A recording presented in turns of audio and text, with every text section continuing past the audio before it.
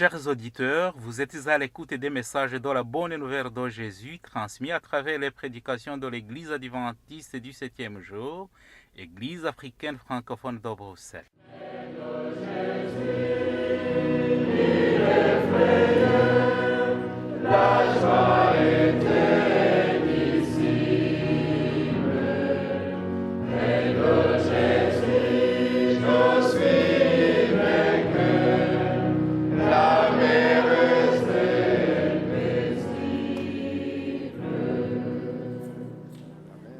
C'est ainsi qu'a commencé la bonne nouvelle de Jésus-Christ, le Fils de Dieu. C'est là ce qui est écrit dans le livre du prophète Ésaïe. J'enverrai mon messager devant toi, il te préparera le chemin. On entend la voix de quelqu'un qui crie dans le désert. Préparez le chemin pour le Seigneur, faites-lui des sentiers droits. Marc chapitre 1, verset 1 à 3. Itangiro ry'ubutumwa bwiza bwa Yesu Kristo, umwana w'Imana. Nk'uko byanditswe n'umuhanuzi Yesaya, ngo nuko ndenda gutuma integuza yanjye mbere yawe, izatunganya inzira yawe. Ijwi ry'urangurira mu butayu, ati nimutunganye inzira z'Uwiteka, mugorore inzira ze. Mariko igice cya mbere, umurongo wa mbere kugeza ku wa gatatu.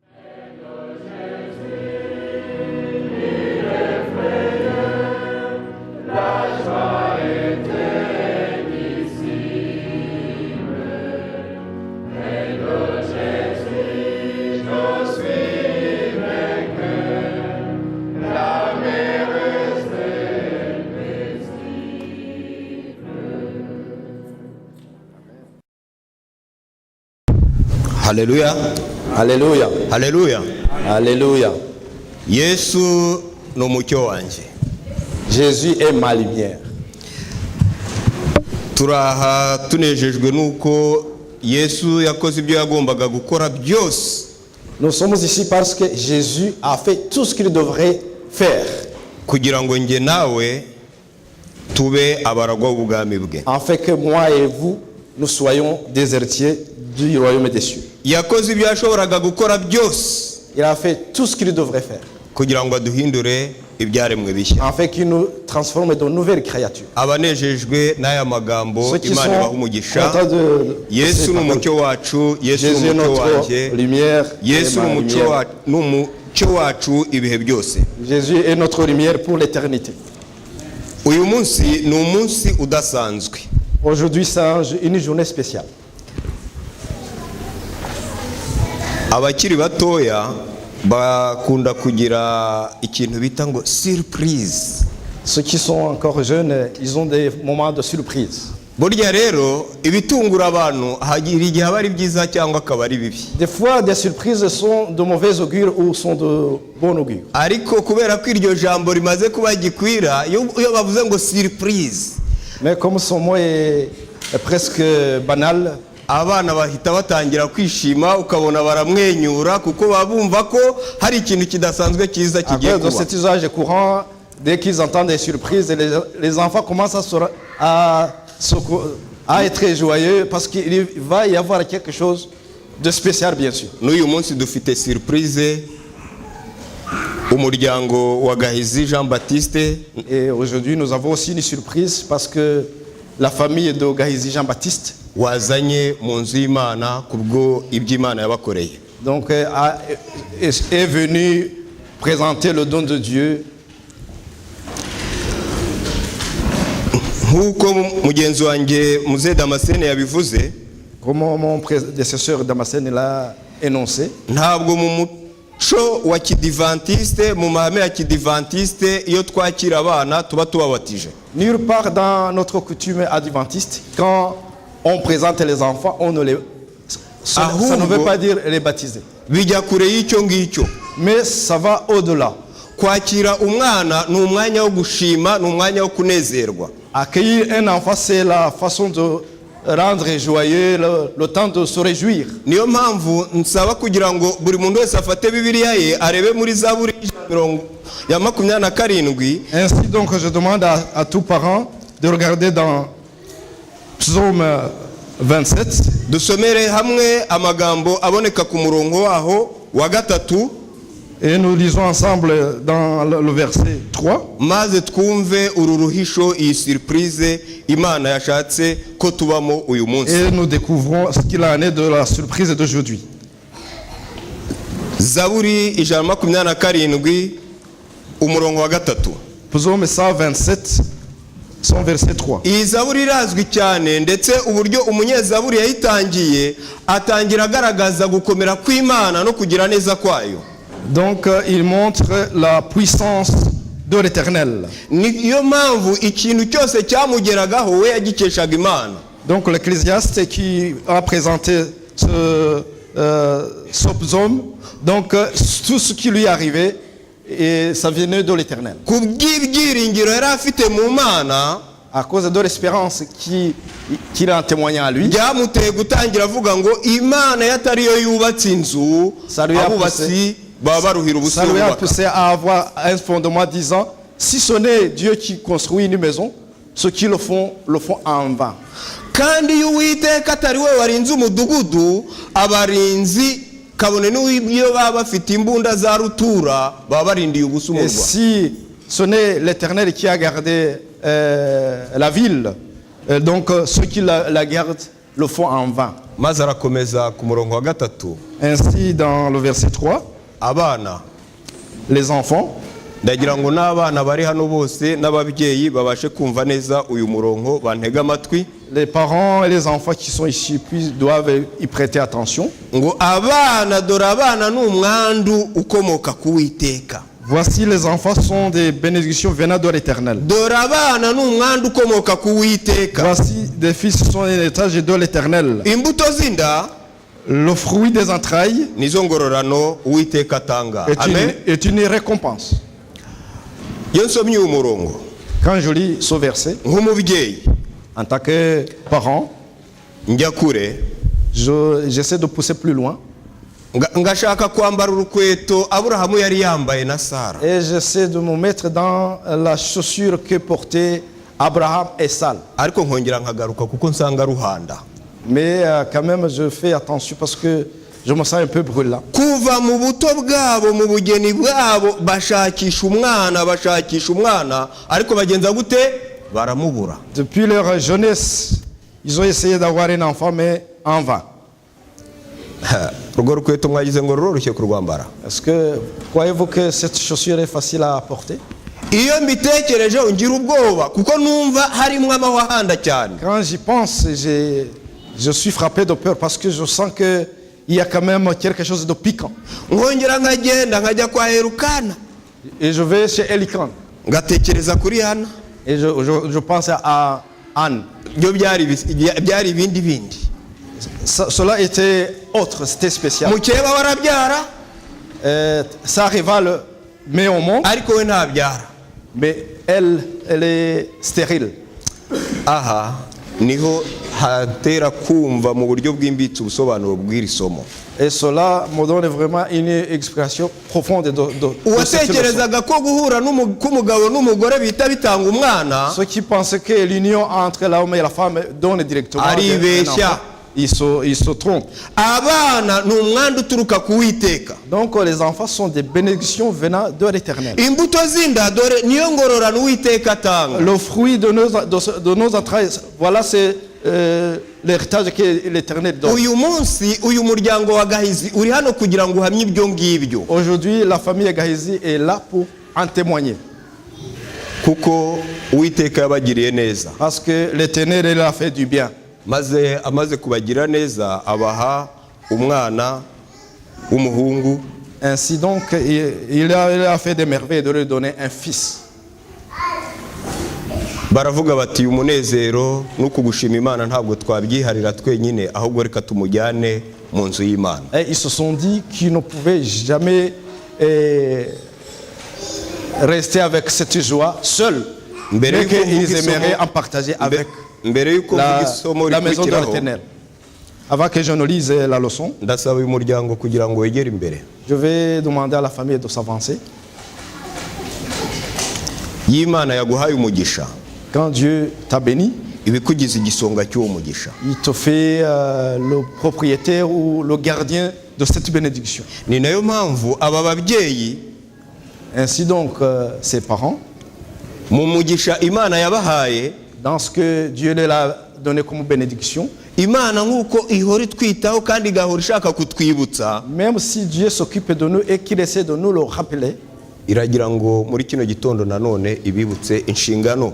il veut que même ce matin, il les rappelle de leur devoir. Ntabwo birangira mu kwakira impano. Ça ne se termine pas du recueil du don ou de Bijya bénédiction. kure yabyo. Ça va au-delà. Niyo mpamvu Ainsi donc, Imana igira iti menyereza umwana inzira akwiye kunyuramo azarinda asaza atarayivamo. ainsi donc, Dieu dit, instruis ton enfant dès son jeune âge et il ne va jamais dérailler jusqu'à sa vieillesse. Menyereza umwana inzira akwiriye kunyuramo azarinda asaza atarayivamo. Familiarise-toi un enfant dès son jeune âge, le bon chemin, et il le poursuivra jusque même à la vieillesse. Iri somo rirareba ababyeyi Cette leçon concerne ses parents n'ababyeyi twese muri rusange. et dans l'ensemble, nous en tant que parents. Ugiye kure y'icyo, Si on essaie d'aller au-delà, tuzi neza yuko Yesu Kristo ari we nzira, ukuri n'ubugingo. on sait très bien que Jésus est la vérité, le chemin et la vie. Niyo mpamvu mu yandi magambo ari ukuvuga ngo menyereza umwana Yesu azarinda asaza atarava muri En Yesu. d'autres termes, ça veut dire essaie de instruire ton enfant ou le familiariser à la parole de Jésus. Il vient jusqu'à la vieillesse, il ne va jamais s'en détourner. Nta cyiza nko kuba muri Yesu, Il n'y a rien de beau qui surpasse d'être en ariko Jésus. kuba muri Yesu birigwa, Mais être en Jésus, ça s'apprend. kuba muri Yesu biratozwa, Ça demande un entraînement. kandi kuba muri Yesu ni iby'igiciro cyinshi. Et être en Jésus, c'est d'une grande valeur. Babyeyi, Chers parents, uyu mwana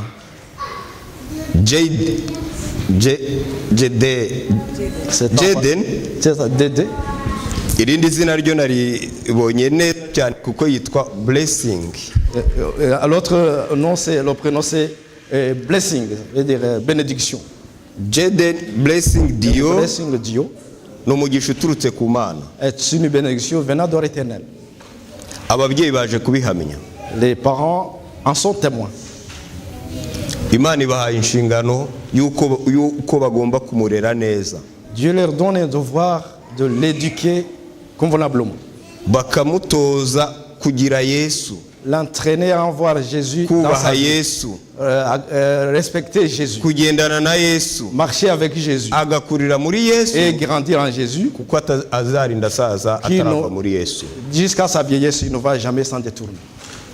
Nsaba bagenzi banjye b'abakuru b'itorero kugira ngo begere hano imbere dusabire uyu Les anciens mwana. de l'église puissent s'avancer pour. Ndagira ngo nongere ngaruke ku Couronner, mpamvu uyu muhango ari cette umuhango wera kandi w'ingenzi, atari umuhango watoraguwe mu muhanda. Cela est une cérémonie sainte qui a de la valeur et qui a un fondement biblique. Ibi tugiye gukorera Blessing byakorewe umwami wanjye Yesu, On va faire byakorewe un umwami blessing. wawe Yesu. Donc Jésus a subi la même cérémonie. Muri Luka igice cya kabiri Dans Luc 2, guhera ku murongo wa 21 tuhasanga ko Yesu yavutse kuko abandi bana bose bavuka, on voit que Jésus est né comme d'autres enfants ordinaires. ariko igihe kigeze bamujyana mu rusengero. Mais le temps venu, il a été amené au temple. Bamugejeje mu rusengero, Une fois hari arrivé au umusaza Simiyoni Il y avait un vieux Siméon. ngo yari ategereje ihumure ry'Imana, Sorry. yari ategereje ihumure Et ry'Imana, donc il attendait la gloire du Seigneur. nk'uko aba babyeyi baje gushimira Imana niko n'ababyeyi ba Kristo Yesu baje gushima Imana. Comme ses parents sont venus rendre gloire à l'Éternel, Maze- il en était ainsi pour les parents de Jésus. Bamugejeje mu nzu y'Imana bamuha umusaza Simiyoni. Une fois arrivé au temple, ils l'ont mis dans les bras du vieux Siméon. Ibyanditswe byera bitubwira neza yuko yamuteruye Et la parole de Dieu nous dit qu'il l'a pris dans ses bras ashima Imana. et il a remercié le Seigneur. Aba babyeyi bari aha ngaha baje gushima Imana. Les parents qui sont ici sont venus rendre gloire et remercier le Seigneur. nge nawe uyu munsi igihe cyose tuzajya twakira impano nk'iyi tujye tumenya ko ari igihe cyiza cyo kwishimira Imana. Moi et toi, une fois que nous aurons une bénédiction du genre, sachons que c'est le moment de rendre gloire à l'Éternel. Reka rero nsabe uno muryango twese dupfukamye maze Nous allons tous dushime nous agenouiller umwami wacu Yesu. pour implorer la bénédiction de notre Seigneur.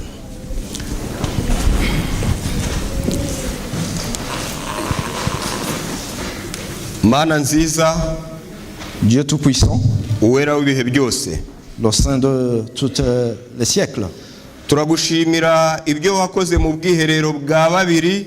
nous te remercions ce que tu as fait dans l'intimité des deux. Uyu munsi ukaba waratumye bigaragarira amaso y'abantu, Et qui s'est manifesté auprès de nos yeux. none ndetse bakaba baje kubiguhamiriza n'ubwo wabirebaga ndetse no kubihamiriza abantu. Même si tu le voyais, ils sont venus le témoigner devant tout le monde et même devant ta face Bagushima. pour te rendre gloire et te remercier. Mana data, turagushima kubw'uyu mwana blessing watanze muri uno muryango wa Gahizi, uhabwe icyubahiro. Cher tendre Père, nous te remercions pour cet enfant que tu as donné dans la famille de Gahizi. Wakira ishimwe ryacu, Accueille nos remerciements. wakira ishimwe ry'abo babyeyi. Accueille les remerciements de ses parents. Uyu mwana rero reka tumushyire ku birenge bya Yesu. Nous voulons déposer cet enfant au pied de Jésus. Yesu rera neza ntago ryamishe abari umurera. Le sœur qui s'est éduquée sans qui prenne de mauvais chemins. Uyu mwana akure ashimwa n'Imana n'abantu. Que cet enfant puisse grandir en étant un bon exemple à Dieu et aux hommes. Aba babyeyi ubarinde guhuga ahubwo iteka ryose bishimire kumurera. Donne le temps de joie d'éduquer cet enfant. No kumwereka Yesu ibihe byose kugira ngo azarinde asaza atarava muri Tout Yesu. en le mettant entre les mains de Jésus afin qu'il puisse le suivre jusqu'à sa vieillesse. Iyo nshingano uyiduhe twese nk'ababyeyi bari muri no teraniro. Ce devoir, confie-nous ce devoir comme étant tous les parents qui sont ici réunis. Kandi wakire gushima kwacu twese kubw'impano n'imigisha z'abana waduhaye. Et accueille nos remerciements suite à différentes bénédictions d'enfants que tu nous donnes. By'umwihariko muri uno muryango wa Gahizi uyu mugisha blessing ubahaye. Et spécialement dans la famille Gahizi à cause de cet enfant blessing. Ababera umugisha iteka ryose. Qui soit leur bénédiction pour tout le temps. Urakoze Mana. Merci Seigneur. Wakire gushima kwacu no k'uyu muryango. Accueille nos remerciements et celles de cette famille. Mu izina rya Yesu. Au nom de Jésus. Amen. Amen. Amen. Amen.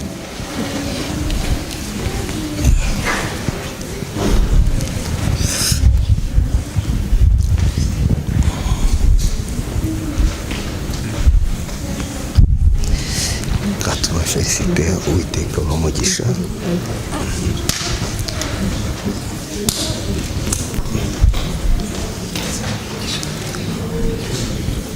Ni umwanya mwiza wo kubafelicita.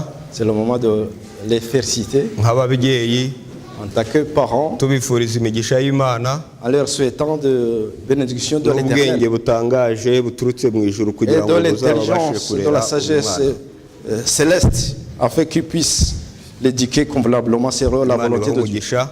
Que Izina Dieu vous bénisse. ry'itorero Et au nom de notre église de botanique, hari umuvandimwe Edouard notre frère Edouard,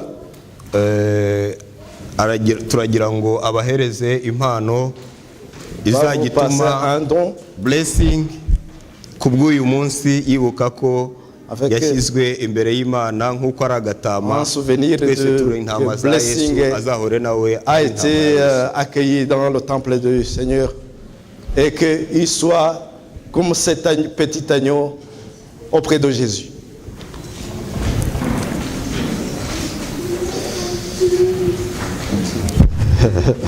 Merci.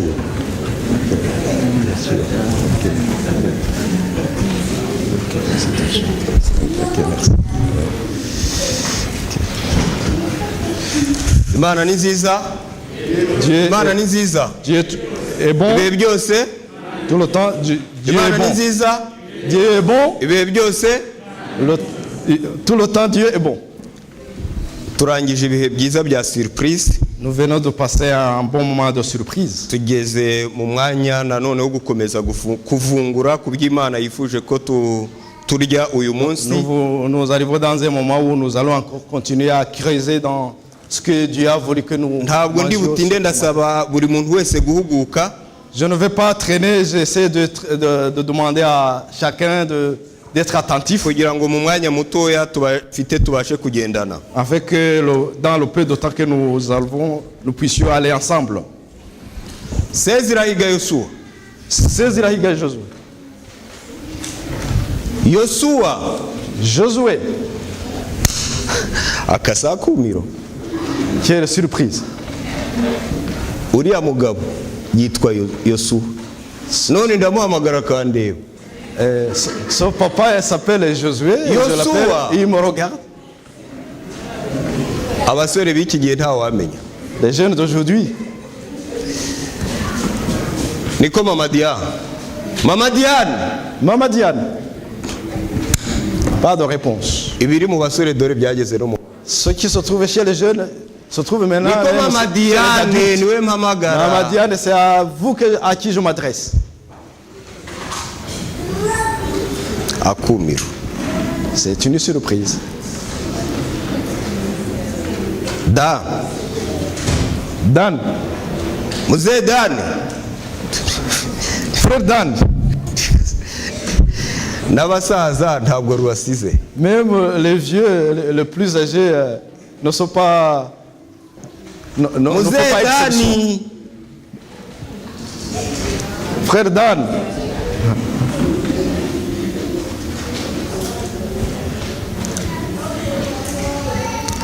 Buryo umewe ntatingata ntabwo byoroshye. Donc celui qui croise, qui connaît un problème et reste toujours en surprise. Mama Grace. Mama Grace. Mama Grace. Ah. Mama Grace. Karame Théophile. Oui, Théophile. Urakoze cyane. Merci beaucoup. Narabahamagaye. Je vous ai appelé. Muraninira. Et vous m'avez refusé. Narabahamagaye muraninira. Je vous ai appelé et vous m'avez refusé. Ahari mu buryo bumwe cyangwa ubundi. D'une façon nawe peut-être moi et umuhamagaro w'Imana ushobora kuba warakugezeho. Un appel du genre l'appel de Dieu t'est arrivé. Ikibazo ni ukwibaza ngo ko wahamagawe nkaba narahamagawe mbese naritabye cyangwa naraniniye. La question fondamentale est que j'ai appelé, tu as été appelé. Est-ce que j'ai répondu ou je n'ai pas répondu? Guhamagara umuntu ufite amatwi, appeler quelqu'un qui a des oreilles, ndetse byakarusha akaba kureba, et par surprise et en te voyant, ariko ntakwitabe, et qui ne répond pas, birababaje. Ça fait de la tristesse. Akicecekera. Et il sautait. Akicecekera. Et il sautait.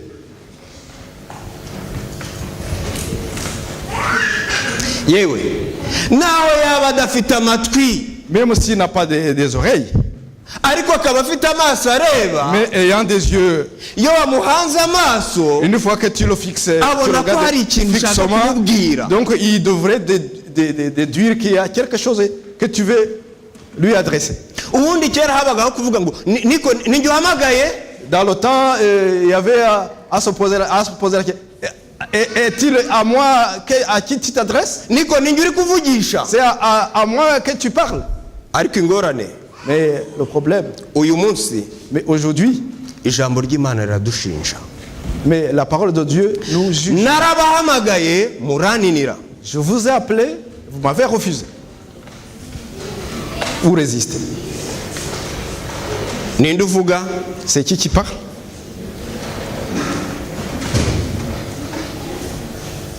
Arashaka kuvuga iki? Qu'est-ce qu'il veut dire?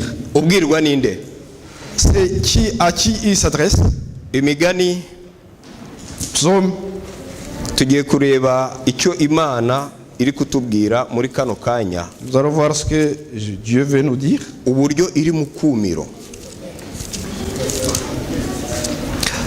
Imigani igice cya mbere. Psaume Proverbe plutôt. Proverbe chapitre 1. umurongo wa 24. Le verset 24. dushobora gusoma twashaka tukageza ku wa 28 ariko ndibanda cyane kuri uno murongo wa 24. On peut aller plus loin jusqu'au verset 28, mais je vais m'attarder sur le verset 25. narabahamagaye murantinira, Je vous ai appelé et vous m'avez refusé. nabaramburiye ukuboko ntihagira ubyitaho. Je vous ai étendu la main et personne n'y a pris garde. ahubwo mwahisemo guhinyura inama zanjye, Mais vous avez rejeté. no kubacyaha kwanjye yewe ntabwo mubyitaho. Et même mes châtiments, vous n'y donnez pas de suite. ahari ibyo ngiye kubabwira namwe mwaba mwarabyiboneye mu buryo bumwe cyangwa ubundi. Peut-être ce que je vais vous raconter, vous personnellement, vous l'avez vu. iyo hari ikintu kidasanzwe kibaye, Quand il y a quelque chose de spécial, umubyeyi ufite abana un parent et il y a des enfants, atangira kujya iburyo n'ibumoso, il commence à douter. agahamagara kanaka, Et il appelle, yarangiza kanaka agahamagara il undi. appelle un autre. rimwe na rimwe hari abo yumva bamushubije abandi ntibamusubize. De temps en temps, il entend il pense que certains l'ont répondu, d'autres non. kubera ko ibyo biba bikomeye, hari n'igihe ahamagara uwo afite mu biganza. Et comme il est dans la confusion, des fois, il appelle celui à qui il a donné. impamvu imutera kubahamagara nta yindi ni ukugira ngo yumve ko abo bana be bari mu bwishingizi, byibuze niyo bari bupfe bapfane. Le fait qu'il les appelle dans ces moments-ci, c'est pour s'assurer que ces enfants sont dans l'assurance. S'il y a même dans la mort, des sacrifices, ils se sacrifient avec eux. maze yirasire ko icyo kintu kidasanzwe kibaye ntawe mu bana be n'umwe gihitanye, kuko yabahamagaye bose akagenza gute akababona. Pour se rassurer que dans cette situation, si improvisé, il est sûr que ça n'a pas emporté l'un de ses enfants. Imana niyo yivuga uyu mwanya ngo narabahamagaye murantinira. C'est l'Éternel qui parle maintenant. Dans ces termes, je vous ai appelé et vous m'avez refusé. yaraduhamagaye turayininira. Il nous a appelés, nous lui avons refusé. guhamagara ni umurimo Imana ubwayo ikorera buri muntu wese muri twebwe n'igihe cyose. Appel, c'est un acte posé par l'Éternel à chacun d'entre nous et à tout temps. kuko turi mu bihe by'isi, isi yabaye mbi. niba umubyeyi mubi abasha guhamagara abana kugira ngo yirasure, Imana y'igihe cyose ibishaka kugira ngo nayo. Comme on est dans des moments difficiles, donc Dieu, si un parent appelle ses enfants dans ces moments-ci, Dieu aussi a fait la même pour se rassurer que nous, ces créatures, ces enfants, nous sommes dans de bonnes conditions, dans la bonne situation. murazi abazi kwitegereza cyangwa se abakuze abana bomenya batarabizi, inkokokazi ifite imishwi. Ceux qui savent observer, donc une poule ayant ses poussins, iyo ibonye agaca kaje, dès qu'ils voient un épervier dans les ailes, igira ite? qu'est-ce qu'il fait? Elle fait. iraguguza n'akana kagiye gutora hirya no hino kamenya ko ari ikintu kidasanzwe kibaye, maze kakagaruka et les alarmes. Comme ça, même les poussins qui sont dans les coins, ils essaient chacun de se cacher comme il le peut. uyu munsi niko Imana iguhamagara, haba mu bibwiriza haba mu ndirimbo. Il en est ainsi, de la même façon que Dieu t'appelle aujourd'hui, à travers des chants, à travers des prédications quelconques, haba mu byaremwe, à travers la création. uri mu kazi kawe Imana ikaguhamagara, Durant ton travail, Dieu t'appelle. uri mu ishuri uri kwiga À Imana l'école, au ikaguhamagara, moment où tu étudies, Dieu t'appelle. yewe uri no mu birori byawe winejeje Imana ikaguhamagara. Même si tu es dans l'ambiance et que Dieu t'appelle. urahuze nturi kumenya iyo uva n'iyo ujya, Imana Tu iraguhamagara. es occupé, tu es dans la confusion, tu ne sais pas ni où aller, ni où tu vas, d'où tu reviens, et Dieu t'appelle. ibyo tubona n'ibihamya byabyo mu itangiriro igice cya 3 umurongo wa 9. Ça, on trouve ça dans Genèse Adamu na Eva bari mu ngobyi barimo bishimira iby'Imana yabakoreye iby'Imana yabaremeye. Une fois, Adam et Ève étaient dans le jardin d'Éden en train de contempler la créature. Baranezerewe. Ils étaient si merveilleux. Ariko icyaha kimaze kwinjira mu isi mu busitani bwa Edeni. Mais une fois que le péché est entré sur la terre à travers le jardin d'Éden, Adamu na Eva bamaze gukora icyaha bamaze kurya itunda Imana yababujije. Adam et Ève, une fois qu'ils venaient de consommer le fruit interdit, bahindutse abandi bantu. Ils sont devenus autres. Maze bagiye kumva bumva ijwi ry'Imana ngo Adamu we. Et dans l'étonnement, ils entendent de loin la voix de l'Éternel. Adam, où es-tu? Uri hehe? Où es-tu? Adamu uri hehe? Où es-tu, Adam? Yo nsomye iri somo ndashenguka. Quand je lis ce passage, ibanza y'iki gice namwe tubona ko Imana yari isanzwe igenderera Adamu na Eva. Dans les précédents versets, j'ai vu que d'habitude, dans la coutume, l'Éternel les rendait visite. Ko bigeze bagira ubwoba. Qu'ils n'ont jamais eu peur. Bigeze n'ubwo bavuga ngo twumvishe imirindi yawe. Jusqu'à ce qu'ils ont dit, on a entendu tes pas. Maze turihisha. Et on a essayé de se sauver, se cacher. Ubwo mwagiye kwihisha aho kimwariye kuri cya giti nababujije. Ah, si vous cachez, par hasard, vous n'avez pas touché à l'arbre interdit? Ikidasanzwe cyabaye kuko abana b'Imana bamaze gukora icyaha, Imana ntabwo ibirebera, ahubwo yaranzwe no kujya kubashaka ngo bana banje muri hehe. Une fois que l'iniquité a été commise, Dieu n'a pas resté invincible. Il a fait le premier pas pour aller leur voir et leur demander où en êtes-vous? Nubwo Adamu tujya tumuvugaho byinshi. Même si à travers Adam on parlait de. Nubwo ari umunyantege nkeya. Même s'il était un homme faible. Ariko Adamu yari honnête. Mais Adam, il était un homme honnête. Amaze kumva ijwi ry'Imana rikubise mu matwi ngo uri hehe. Une fois qu'il a entendu la voix du Seigneur qui l'appelait, Adam, où es-tu? Ati twumvishe imirindi yawe. Et directement, on a entendu tes pas. Ati turiruka. Et on a couru, on a fui ta face. Adamu yari ameze nk'umwana. Adam était comme un enfant. Uzibeshye ukora ikintu umwana araho. Et essaie de faire quelque chose en présence d'un enfant. Yewe iyo ugikoze uri kumwe n'umwana mama wadahari mama apfa kwinjira atangira aza kurakonta ibyaha. Et une fois que tu fais quelque chose à l'absence de maman mais en présence de l'enfant, une fois maman arrivée, l'enfant commence à raconter. Iyo yagikoze ari kumwe na mama we papa kinjira ahita aza kurakonta. Il en est de même si quelque chose s'est passé avec maman, une fois que papa entre, ça devient l'inverse. Niko Adamu yari yimereye. Adam était dans cette situation. Il était comme cet enfant. Ati umugore wampaye. Et il dit, la femme que tu m'as donnée. Ntabwo yigeze avuga ngo umugore mfite umugore. Wampaye umugore wampaye man. La femme que tu m'a donné des fruits. Il n'a jamais dit la femme que j'ai. Mais plutôt la femme que tu m'as donnée.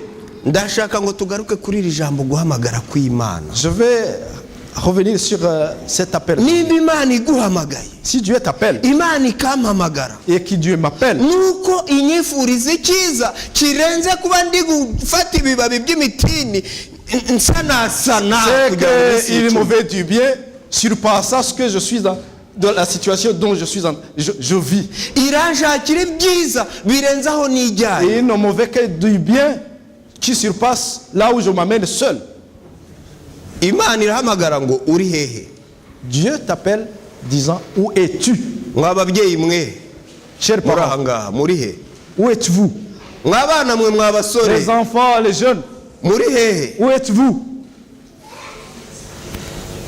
Ntabwo byoroshye. Ce n'est pas si facile. Mbese muraho Imana ishaka ko muba?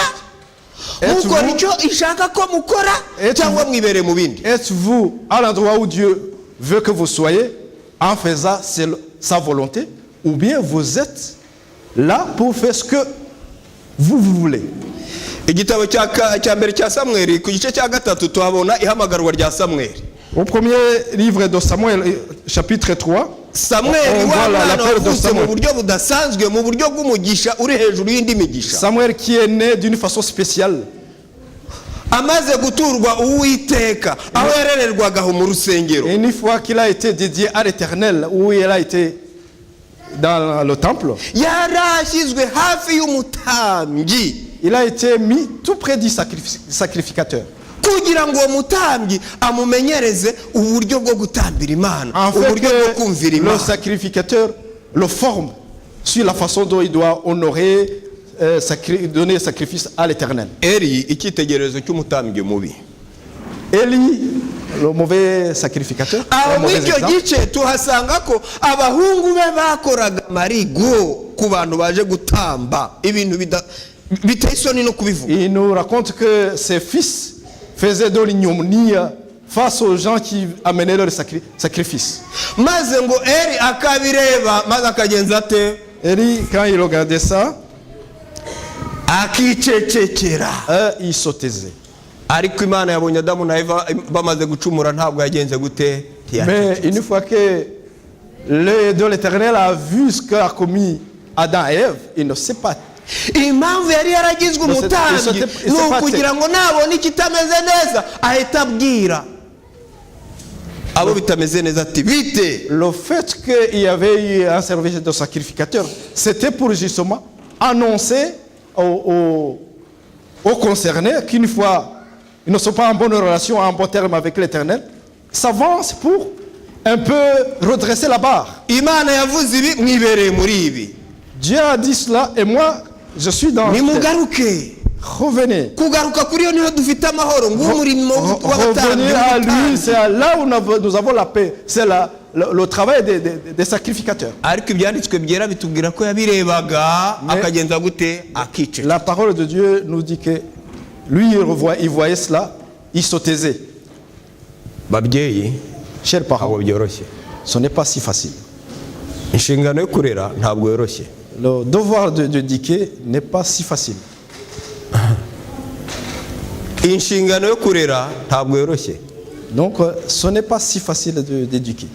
Umubwiriza umwe ntiyigeze abwiriza byari bimuyobeye byari bikomeye. Nta mubyeyi udapfusha n'Imana yarapfushije. Ariko Un des prédicateurs a évangélisé disant que personne n'est né à l'abri pour avoir un décès, mais que même Dieu en a eu. Umwana ye yakunaniye dutangira kuvuga ngo yewe kanaka yaragenderesheje. Dès qu'il y a un problème, un enfant devient incorrigible. On commence à dire à tel, il a eu des soucis, il a un grand fardeau. Eli yari icyitegererezo cy'umubyeyi udashobora guhana abana be Imana yamuhaye. Elle était un mauvais exemple qui ne pouvait pas réprimander les enfants dont l'Éternel lui avait confié. Yari icyitegererezo cy'umubyeyi mubi udashobora gutoza abana be kubaha Imana. Donc il ne pouvait même pas les éduquer dans le bon chemin d'honorer l'Éternel. Kandi yari umutambyi. Il était malgré ça sacrifié. Nuko aho ka Samweli kiryamiye aho ngaho kagiye kumva ijwi amatwi arameneka. Le petit Samuel qui était paisible dans son sommeil, il entend une voix forte. Arahamagawe. Samuel, Samuel. Il a été appelé Samuel, Samuel. Kuko ari umwana watojwe kubaha ahita agenda yirukanka asanga wa musaza Eli ati nditabye kuko umpamagaye. Comme c'était un enfant qui a été bien éduqué, il a vite répondu à l'appel à Siméon, donc le sacrificateur. Il a dit, me voici. Asanga Eli aramubwira ati nditabye kuko umpamagaye. Il a dit, je suis là parce que tu m'as appelé. Umusaza ati ntabwo nguhamagaye isubire kuryama mwana. Et le sage lui dit, je ne t'ai jamais appelé, va t'endormir de nouveau. Araryamye agiye kumva yumva Samuel, Samuel. Et une fois endormi, encore il a entendu le même Samuel. Il a entendu le même phénomène. Arabyuka ariruka ati nditabye kuko umpamagaye. Il a répondu disant, tu m'as appelé, me voici. Urubyiruko ruraha. Chers jeunes, urubyiruko muraha ndagira ngo mwumve iki. La jeunesse qui est ici, écoutez cela. Umubyeyi araguhamagara ijwi rikataha mu matwi. Un parent t'appelle et tu entends. Ugaceceka ukamera ngaho nta kintu umvishe. Et tu ne réponds pas comme si rien n'était. Wagira kera kabaye ugatangira ngo kwa. Et une fois que tu te sens un peu stressé, tu dis quoi? Imana irashavura. Et Dieu en est vraiment. Imana yatanze abana kugira ngo babumugisha ku babyeyi. Dieu nous a donné des enfants pour qu'ils nous soient des bénédictions. Ntabwo yabatanze nk'ibibazo ku babyeyi. Ce ne sont pas pour. Il ne nous a pas donné des enfants pour être des problèmes pour nous. Samuel araryama bwa kabiri. Samuel serait endormi. Agize ngo ahumbye amaso yumva ijwi ngo Samuel Samuel. Il entend de nouveau la voix l'appela Samuel Samuel. Arirukanga asubira ku musaza Eli ati nditabye kuko umpamagaye. Il est revenu à Eli. Me voici parce que tu m'as appelé. Burya uwabanye n'Imana uko byagenda kose agira ibisigisige ariko donc tout quoi que l'on fasse, c'est lui qui a cheminé avec Dieu, il lui restait quand même quelques ingrédients. Ibyo bisigisige ntabwo tugomba kubyirata. Mais on ne doit pas se vanter de ces ingrédients. Kuko Eli ntacyo byamumariye. Parce que ça n'a rien fait à Eli. Hari n'abandi benshi. Il y en a beaucoup d'autres. Maze Eli yumvisha ari ubugira gatatu. Ti mwana wanjye genda niwongera kumva ijwi riguhamagaye uvuga ati vuga kuko umugaragu wawe nguteze amatwi ni Imana iri kuguhamagara. Et il a conseillé à Samuel, il lui a dit si tu entends encore une fois la voix qui t'appelle, tu dis me voici parce que c'est Dieu qui t'appelle. Me voici. Imana igize ngo yamagare Samuel Samuel ati vuga databuja umugaragu wanteze amatwi. Une fois que l'appel lui a été lancé de nouveau, il a dit me voici ton serviteur, j'écoute. Kuko Eli yananiwe kurera. Parce que Eli n'a pas su akananirwa kwereka abana be mu rukiryi Imana nyamana. Il n'a pas su donner le fruit de ses entrailles. Imana irashaka gukiza Samuel atatazatikimira mu bana ba Eli. Donc Dieu veut sauver Samuel. Iramwibwiriye none imbone nkubone. Pour ne pas succomber dans la famille de Eli. Il veut lui s'adresser à lui face à face. Urareba uritegereza ura muryango wa Eli urimo. Reba mabi yose bakorera ubwoko bwanjye buje gutamba. Il dit regarde ce que font l'ignominie, l'iniquité qui se fait dans la vie d'Eli. Bira bintu Eli bireba kicecekera nanjye sinzaceceka. Même s'ils le font en présence d'Eli, il ne dit rien. Mais moi, quant à moi, je ne me tairai jamais, dit l'Éternel. Ikiza nkura mwiri hamagarwa rya Eli rya Samuel nuko uko yahamagarwa kose yabaga yiteguye guhita yumvira umuhamagaye ashaka kumva icyo ahamagariwe nicyo cyatumye agera ku iherezo kugeza ubwo yivuganiye n'Imana ugutwi kukundi. Le bien fondé, le bon exemple qu'on peut prendre chez Samuel, c'est que même s'il a été appelé à maintes reprises, lui, il était disposé, il était prêt à écouter, à suivre cette voix et prendre l'engagement qui lui a été appelé. As-tu une bénédiction de parler avec Dieu? Ou il t'a parlé mais tu ne t'es pas rendu compte? Quand tu parles avec Dieu et que quand Dieu t'appelle et que tu l'as répondu, tu ne restes jamais tel que tu étais auparavant. Samuel wakagombye kubaza umutambyi ati mbwira iby'Imana yavuze. Ahubwo umutambyi ni wasanze Samuel ati niko mwana wanjye ndakwinginze ntumpishe mbwira iby'Imana yavuze. C'est une surprise parce que le sacrificateur qui devrait normalement expliciter à Samuel le petit ce que Dieu voulait de lui, ça a été l'inverse. Lui, il a été demandé au petit enfant Samuel, qu'est-ce que Dieu a dit?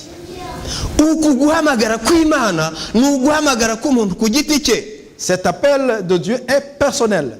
L'homme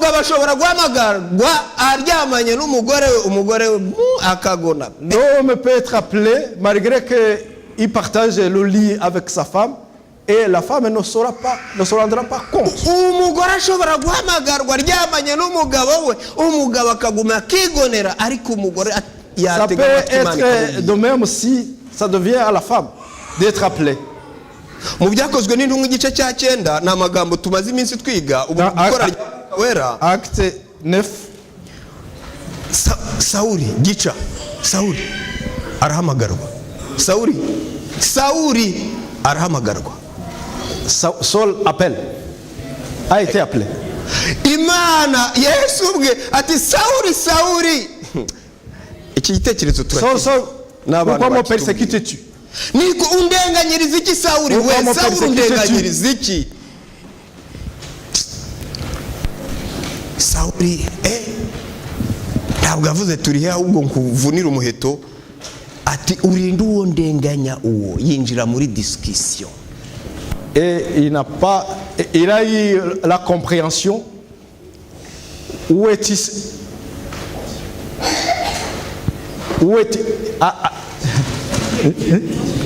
Qui es-tu, Seigneur? Qui es-tu, Seigneur?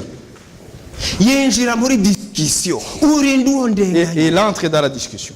Adamu yinjira muri discussion. Adam entre dans la discussion avec Samuel yinjira muri discussion n'Imana. Dans la discussion avec Saul yinjira muri discussion n'Imana. Saul entre dans la discussion avec Jésus. Havuyemo ikintu gikomeye cyane. Donc cela a produit de bons fruits.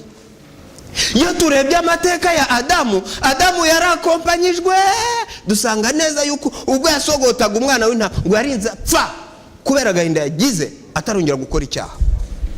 Donc quand on suit l'histoire d'Abraham, d'Adam, donc jusqu'à ce que, selon l'histoire, jusqu'à ce qu'il devrait sacrifier son fils et qu'il a sacrifié un mouton, un bélier à la place. Donc il a eu cette conviction, ça l'a touché jusqu'à ce qu'il a vieilli, il a quitté le monde sans point de nouveau péché. Les gens qui étaient avec Saul, il était quand même un grand chef. Donc la façon quand tu ne marches pas seul, ça montre quand même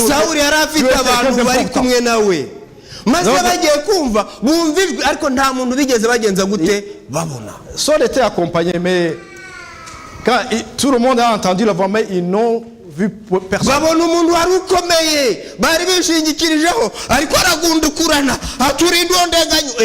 Et ils ont vu l'homme le plus considéré, qui était Saul, ébranlé,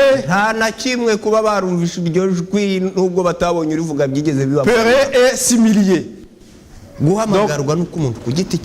L'appel par le Saint-Esprit, c'est personnel. Dieu appelle chacun en son nom. Appelle un homme en son nom. Appelle un enfant en son nom.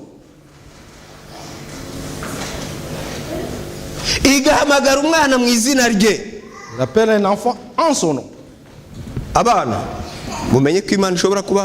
Les enfants, Dieu peut vous appeler en vos noms. Il peut déjà vous utiliser une fois que les parents.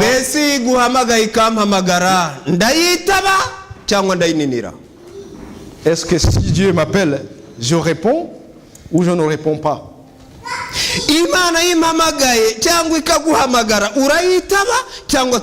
Une fois que Dieu t'appelle ou qu'il m'appelle, nous le répondons ou nous refusons de répondre? On est dans la joie mondaine, dans la débauche, dans la tromperie. Mais là où tu es loin de...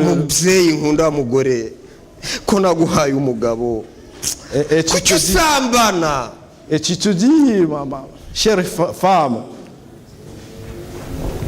que ça c'est la voix de Dieu, que j'ai donné une épouse, que j'ai donné tout. Pourquoi vas-tu dans la débauche? Ça c'est... La voix de l'Éternel. bivuga bucece, Il parle.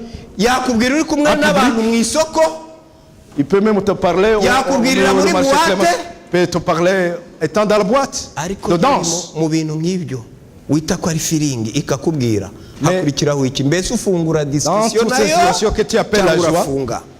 et une fois qu'il t'appelle, est-ce que tu entends l'appel ou tu négliges ou tu ne veux même pas hari entendre l'appel? abafunga bati mana ahubwo ngirire neza rwose umugabo wanjye ntazamenye ko nsabana yanyica we. Mais il y en a qui, une fois se trouvent dans ces iniquités, essaient de prier à Dieu, cher tendre, fais que mon mari ne soit au courant de rien.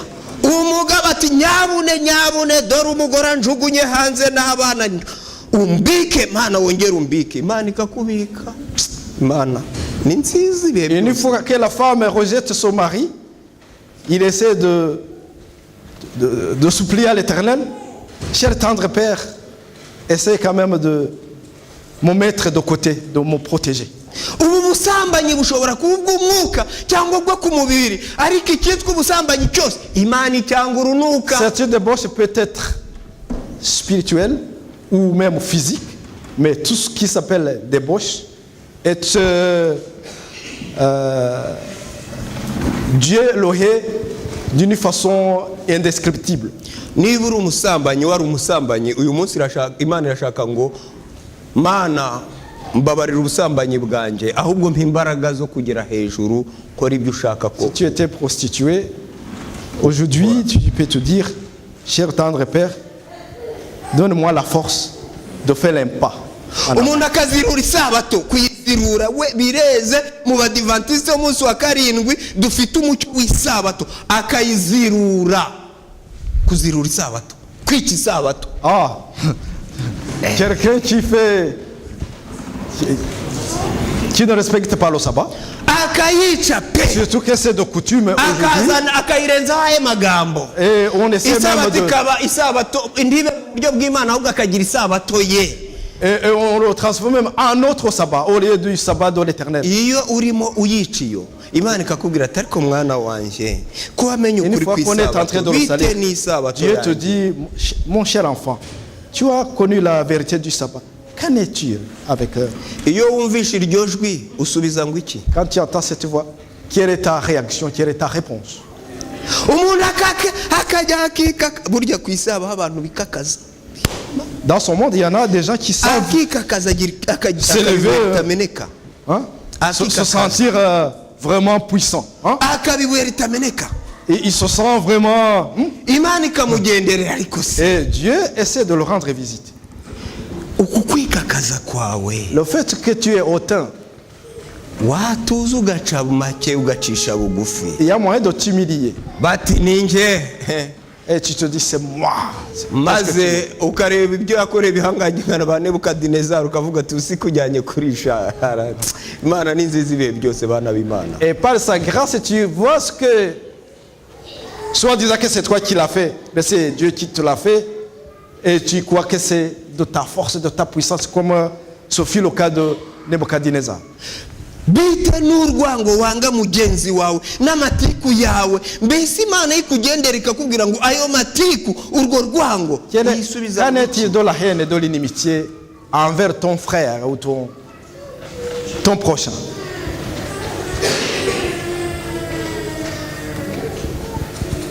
Abadivantiste bo mu minsi y'imperuka Les adventistes des derniers jours, banywa inzoga bihishe, ils boivent de l'alcool en cachette. baba bafite utubari banyweramo Ils ont leur bar cyangwa bakazinywera personnalisé iwabo mu rugo où ils boivent chez eux à la maison cyangwa mu nshuti zabo bazisangira, ou chez leurs amis confidents, z'abadivantiste cyangwa utari iz'abadivantiste. adventistes ou non. Nongereho ngo nabo mu minsi y'imperuka. Je rappelle bien que ce sont des adventistes des derniers jours. Birababaje kuko ari izina ryiza ritabuza umukobwa kuruha. C'est triste, même si c'est un bon nom, maze mais waba uri kukanywa reka nikururireho buriya Radisirasi nturebe ko muhaye ibitugu usagize ngo yambona uriya Radisirasi. une fois que par exemple quelqu'un qui te connaît passe, tu essaies de te cacher disant qu'il ne va pas te voir. uri imbere y'ibona byose, Mais les yeux de l'Éternel izabitwikurura byose. te voient partout.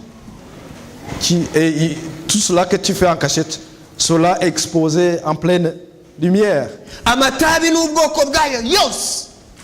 Des différents types de cigarettes. maze tukajyaho tukavuga tuti nge nkora ku buryo batambona. Tubakubona koko. Tu fais en sorte que tu essaies de cacher à ceux qui te connaissent. Yuvuze ngo batambona, deja nuko Imana yakugenderera iri kukubwira ngo ibyo uri guhisha ibyo njyangurunuka. Et quand tu sens quelque chose qui te pousse à vouloir cacher le mal, il faut savoir que c'est la voix de l'Éternel qui te dit, qui y est d'une façon insondable ce que tu es en train de faire. Abagore batagandukira abagabo ntabwo mbivugaho. Les femmes qui ne se soumettent pas à leur mari, je n'en parle pas maintenant. Abagabo badakunda abagore sinjye nteye ibuye n'ibyanditswe byera. Les hommes qui n'aiment pas leur femme, Imana ikakubwira. Je n'en parle pas. Dieu te dit. Mbese iyo bigarutse kuri wowe mu kibazo gihari hagati y'umugore n'umugabo, ese n'ukuganduka n'ugukunda, ese iyo usanze uri ikibazo urakomeza. Imana iba yakubwiye. Quand tu entends dans ton cœur une voix qui murmure te disant, est-ce que tu aimes ta femme? Yutumvishe irongera ikaguharuka ngo naraguhamagaye uraninira. Uyu munsi et quand tu n'entends pas, il revient et te dit, je t'ai appelé mais tu m'as refusé. Abasore basoreka bagasoreka nabi, Yesu ntabwo abareka ku ruhande, nawe arashaka kubahamagara, arabahamagara igihe cyose. Les jeunes qui sont mal éduqués, Jésus ne les met pas de côté, il continue à les appeler. Bya binde babasore bita ngo ni conscience. No mwuka wera ukubwira conscience c'est. Donc ce que vous dites que c'est la conscience, c'est le Saint-Esprit qui te parle. Akakubwira ati ariko se mwana wa musore w'umukobwa we, wa musore w'umusore, dore kuri umudivantiste wagaruka icyo. Et le Saint-Esprit te rend visite, te dit, cher seul, cher jeune homme, ce que tu fais là ne me plaise pas. Reviens. Imana irashaka ko usoreka ugasoreka nka Yesu, wa mukobwa Imana irashaka kuba inkumi nka Maria. No mugambi Imana ibindi byose ku ruhande. Tu grandis et tu deviens jeune comme Jésus, et que toi jeune fille, que tu deviennes jeune fille comme Marie. Mbese y'Imana ikuganirije guhamagaye wemera kwifungurira amarembo ngo muganire cyangwa urafunga? Quand Dieu t'appelle pour mener un dialogue ou une vie commune avec lui, Imana ni nziza kuko ouvre tes itavunda portes ou tu refuses. ndayifungira ukayifungira. Dieu est bon, tu fermes et je le ferme. Maze kagaruka terega ntabwo nagiye mpagaze ku rugi ndakoma. Je le ferme, je la ferme, mais il revient. Il te dit, ndakomanga. Me voici, je me tiens à la porte. Me voici, je me tiens à la porte. Si tu m'ouvres, ouvre. Kuko ari Imana itavunda. Parce que c'est un Dieu d'ordre. Yabaga yavundaga yakwinjiye. Si c'est un Dieu désordonné, tu forces, il pouvait entrer. Abaheburayo igice cya 12 ndiho nsoza. En Hébreu 12, iri somo ndagira ngo wese waje hano aritahane mwuka wera arusheho kuri mukugurira. Igice cya 12 umurongo wa 25 ndasoma n'umurongo wa 28 gusa. Hébreu 12, 25 et verset 28. Mwirinde, gardez-vous. Ababyeyi muri aha mwirinde. Des parents qui sont ici, gardez-vous. Les jeunes garçons et jeunes filles, gardez-vous. De ne pas refuser celui-là qui vous parle. Dans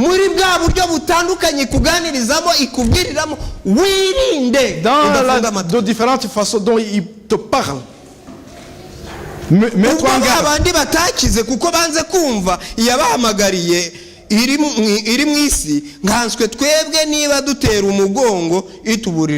Gardez-vous de refuser d'entendre celui qui parle, car si cela n'a pas échappé, qui refuserait d'entendre celui qui publiait des oracles de la terre? Wirinde nirinde. C'est l'enfant de Dieu. Kuko Garde-toi. iyo ivuga ifite ikizi iri kuvugira. Celui-là qui parle, il sait pourquoi il te prononce ces paroles. Nicyo gituma murongo 28 ubwo twakira ubwami butabasha kunyeganyezwa dukwiriye gukomeza ubuntu bw'Imana kugira ngo tubone uko dukorera Imana nkuko ishaka tuyubaha kandi tuyitinya. Verset 28. C'est pourquoi, recevant un royaume inébranlable, montrons notre reconnaissance et rendons à Dieu un culte qui lui soit agréable, avec pitié et avec crainte. Kugira ngo dukorere Imana uko ishaka. Afin que nous puissions faire selon la volonté de Dieu. Nta modèle ufite yo kushyiraho ngo niko Imana ishaka. Nuko Imana ishaka. Et il n'y a pas un autre modèle qu'on peut inventer, c'est selon la volonté de Dieu. Kandi mu gukora ubwo bushake bwayo tukabikora tuyubashye. Faire dans la façon de faire la volonté de Dieu, on le fait dans la crainte et dans l'obéissance. Tuyubashye kandi tuyitinya. Dans le respect et la crainte. Ndasaba Imana kugira ngo uyu munsi Je demande à l'Éternel pour que dès aujourd'hui, niba mu buryo bumwe cyangwa ubundi d'une façon ou d'une autre, waba warahamagawe mu minsi tu as été appelé ces derniers temps. waba uyu munsi wumvisha hari ijwi ryagize ngo Si aujourd'hui rigacamo tu entends rikajyamo, la voix de l'Éternel qui t'appelle, ntiwinangire umutima, que ton cœur ne soit endurci. wifungurire uganire nawe. Ouvrez Ibyiza biri imbere, ce qui est bien et devant. nufungurira Yesu. Si tu ouvres ton Ariko cœur à Jésus. nufunga Mais si tu fermes, amagambo ateye ubwoba ntasomye ari mu migani nyuma ya wa murongo les wa paroles des 26 proverbes azakurikiraho. Uyu munsi suivront. ndakwifuriza kumva ijwi ry'Imana no kuyumvira. Je te souhaite d'écouter aujourd'hui, dès aujourd'hui, la voix de l'Éternel et le respecter. Umwuka wera mu buryo akuganirizamo ubwo aribwo bwose naho uri hose umwumve kandi umwumvire. La façon dont le Saint-Esprit t'instruit, essaye de l'entendre et l'accueillir. Twese twumvira Imana, Que nous puissions tous respecter notre Éternel. twumvire umuhamagaro Imana iduhamagara On entende l'appel de l'Éternel mu izina rya Yesu. au nom de Jésus. Amen. Mana data mubyeyi wacu, Dieu, cher tendre Père, uri Imana idahinduka, uko wari uri ejo n'uyu munsi ni kuri kandi ni kuzahoraho iteka ryose. tu es un Dieu inchangeable, tel que tu étais hier, tu le seras, tu l'es aujourd'hui et tu le seras pour toujours. Uba uwa mbere ugafata iya mbere mu kudushaka kugira ngo umutekano wacu ube wuzuye muri weho. Tu fais le premier pas pour que notre sécurité soit inébranlable. Aho turi hose uraduhamagara. N'importe où nous sommes, tu nous appelles. Uyu munsi Ainsi donc aujourd'hui, uturinde kukumva ngo tukuninire, ahubwo uduhe kukwitaba kugira ngo garde-nous dukoreshe uko de ne ushaka. pas répondre à ton appel, mais fais que nous puissions t'entendre et te suivre. Turashaka kugukorera, Nous voulons te servir. dushobora kubigiramo ishyaka. Nous pouvons avoir du zèle là-dedans. Uturinde ishyaka ritava mu bwenge, Épargne-nous du zèle ne venant pas de ton intelligence, ahubwo uduhe kugukorera uko ushaka, mais que nous puissions te servir selon ta volonté, kubaha kandi dutinya. en t'obéissant, en te respectant et dans la crainte. Amajwi watugejejeho, haba mu rusaku, haba bucece, haba binyuze mu cyo twita umutimanama, uduhe kuyumvira Mana. Des voix dont tu nous as transmis de différentes manières, dans du bruit ou en secret, fait que nous puissions les entendre et les suivre. Uyu munsi tugufungurire kugira ngo tuganire nawe, utugeze aho ushaka kutugeza. Que dès aujourd'hui nous puissions t'ouvrir la porte de nos cœurs afin que tu nous amènes là où tu veux nous amener. Iri teraniro ryose ryakumvishe Mana bariho urigeza.